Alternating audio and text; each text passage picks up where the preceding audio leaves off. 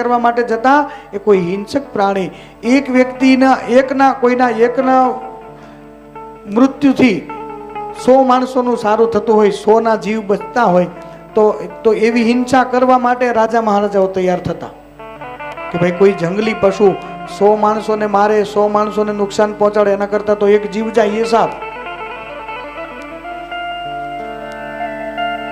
એટલે મહારાજ દશરથ શિકાર કરવા માટે ગયા છે, પણ હિંસક પ્રાણીઓનો.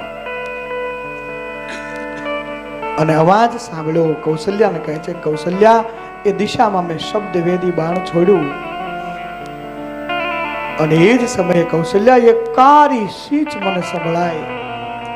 કોઈ નવયુવાનનો એ અવાજ હતો. કૌશલ્યા, હું કંપવા લાગ્યો કે અમારાથી શું થઈ ગયું. હું ઘોડા પરથી નીચે ઉતરી અને દોડી આવ્યો છું. કૌશલ્યા, મેં જોયું